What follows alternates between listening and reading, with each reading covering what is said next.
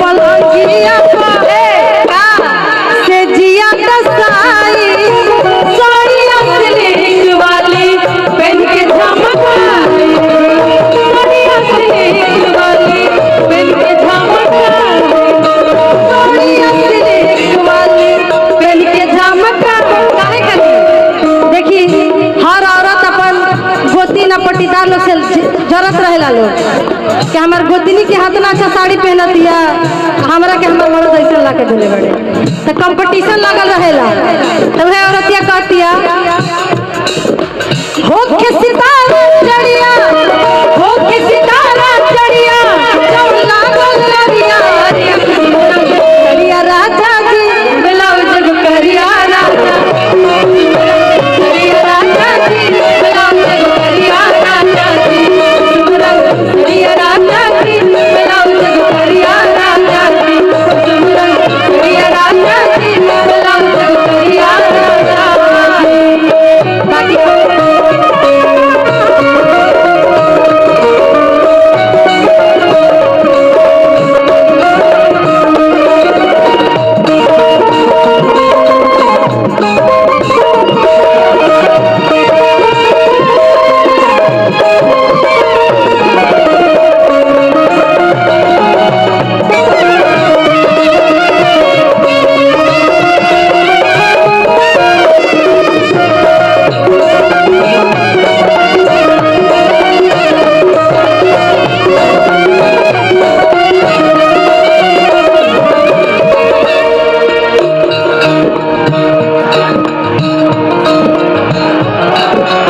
Hello भैया थोड़ा शांति बनाए रखिए आप लोग। हेलो भैया जब शांति बनी ना तो गाना सुनब जा कैसे। अभी तो हमनी के शुरुआत बा बाकियों लोग कलाकार आइल बा।